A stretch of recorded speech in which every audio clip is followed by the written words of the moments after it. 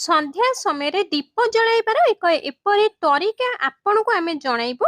ଆଉ ଯଦି କୌଣସି ବି ବ୍ୟକ୍ତି ଏହି ତରିକାରେ ଦୀପ ଜଳାଇଥାନ୍ତି ତ ତାଙ୍କ ଘରେ ମାତା ଲକ୍ଷ୍ମୀ ପ୍ରବେଶ କରିଥାନ୍ତି, ବହୁତ ପ୍ରସନ୍ନ ହୋଇଥାନ୍ତି। ତ ଆପଣଙ୍କୁ କଣ କରିବାକୁ ପଡିବ ଆସନ୍ତୁ ଜାଣିବା।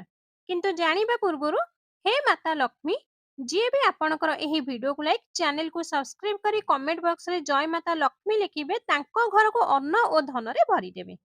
ତ ସନ୍ଧ୍ୟା ସମୟରେ ଆପଣଙ୍କ ଘରର ମୁଖ୍ୟ ଦ୍ୱାର ବାହାରକୁ ଚାଲି ଆସିବେ ଏବଂ ଆପଣଙ୍କର ମୁହଁକୁ ଆପଣଙ୍କର ଘର ଭିତରକୁ ରଖିବେ। ଆପଣଙ୍କର ଡାହାଣ ହାତରେ ସେହି ଦୀପକୁ ନେବେ ଆଉ ସେହି ଦୀପର ମୁଖ ଉତ୍ତର ନାହିଁ ତ ପୂର୍ବ ଦିଗକୁ ରଖିବେ। ତ ଏହା ବହୁତ ଶୁଭ ହୋଇଥାଏ। ଆଉ ସେହି ଦୀପରେ ଆପଣ କଣ କରିବେ ନା ସୋରିଷ ତେଲ ଢାଳି ଦୀପଟିକୁ ଆପଣଙ୍କର ମୁଖ୍ୟ ଦ୍ୱାରରେ ଜଳାଇ ଦେବେ। ବାସ୍ ଦେଖିବେ କିପରି ଆପଣଙ୍କ ଘର ଟଙ୍କା ଧନ ଧାନ୍ୟରେ ପୁରୀ ଉଠିବ।